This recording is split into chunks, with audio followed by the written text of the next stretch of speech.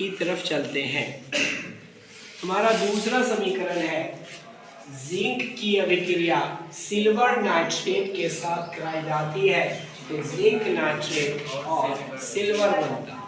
ठीक है, अब आइए तो सबसे पहले जिंक का सिंबल क्या है? Zn। सब लोग जिंक देखे हैं ना? ठीक है, और सिल्वर नाइट्रेट का सूत्र क्या होता है? AgNO3। और यहाँ क्या बन रहा है? Nitrate ZnNO3। और क्या बन रहा है? सिल्वर। ठीक है, तो अभी हम आपको दोनों चीज दिखाते हैं। ठीक है, अब आइए इसमें आपको ये लिखा हुआ है जिंक का दाना मौजूद है और आप देख सकते हैं जिंक के दाने को। ठीक है, कि जिंक का दाना किस तरह का है पहले भी दिखाए हैं। तो कुल मिलाकर अगर हम बात करें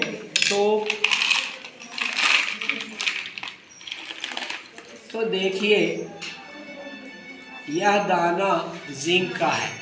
ठीक है, यह क्या है? इस तरह का आपको मिलेगा तो ये जिंक है।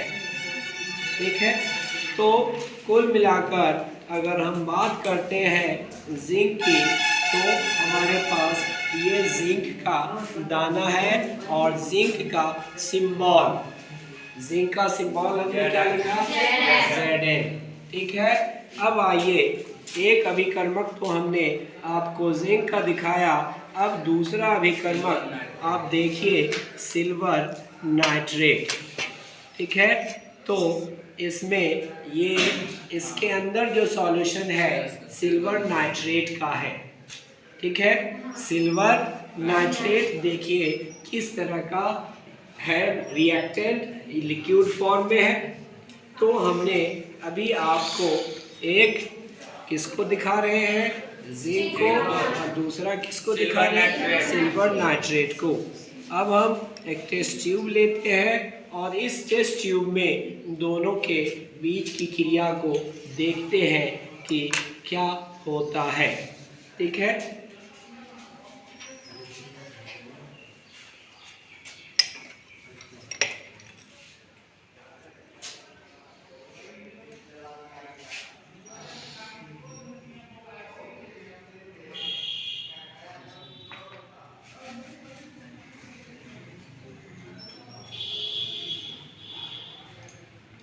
ठीक है, तो हमने इस टेस्ट ट्यूब में क्या लिया?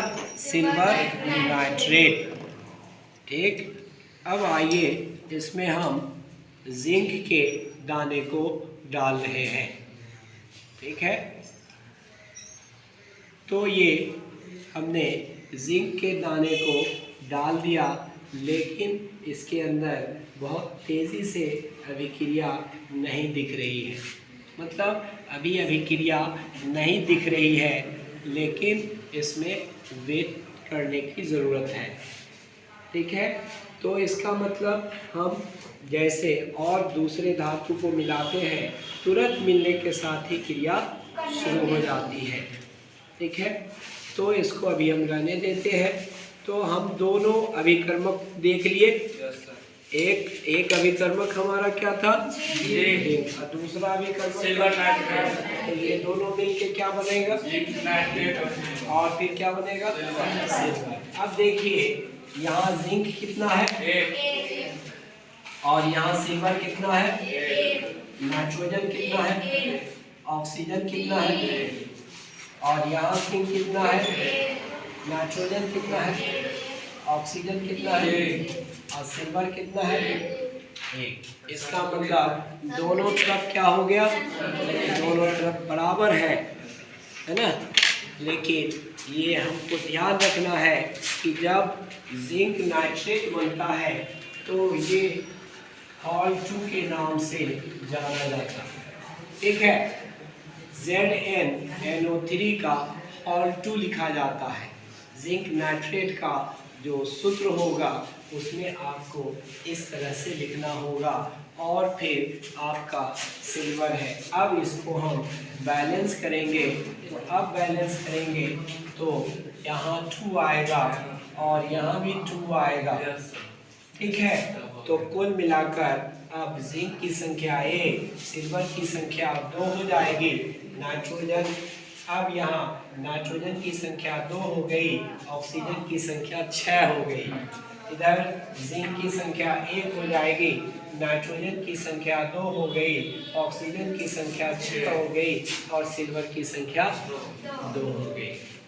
तो इस बात का हमको ध्यान रखना है कि किस समीकरण का जो रूप है वो एक्चुअल में है क्या, और कुछ को हमको याद भी करना पड़ेगा, क्योंकि हम मनुष्यों का दिमाग इतना एक्सपर्ट नहीं है कि किसी भी चीज़ को देख लें तो सब दिन याद रह जाए।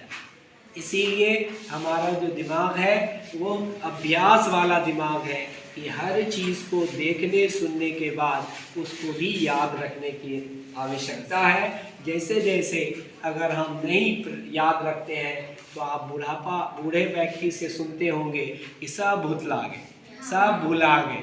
क्यों भुला? इसलिए गए कि उसको देखना बंद कर दिया, भुला इसलिए गए कि उसके बारे में सोचना छोड़ दिया, इसीलिए भुला गए। और स्टूडेंट लाइफ में भी देखना, उसके बारे में सोचना किसी भी बात को याद रखने के लिए कहा जाता है। इसीलिए पहले और अब में अंतर हो गया। अब सब बात या तो मोबाइल में डाल देता है लोग, या तो कंप्यूटर में, या तो कॉपी में लिख देता है, अपने से कम सोचता है, इसीलिए उसको याद नहीं रहता। तो इसीलिए हर चीज़ का अभ्यास ज़रूरी है। अब आइए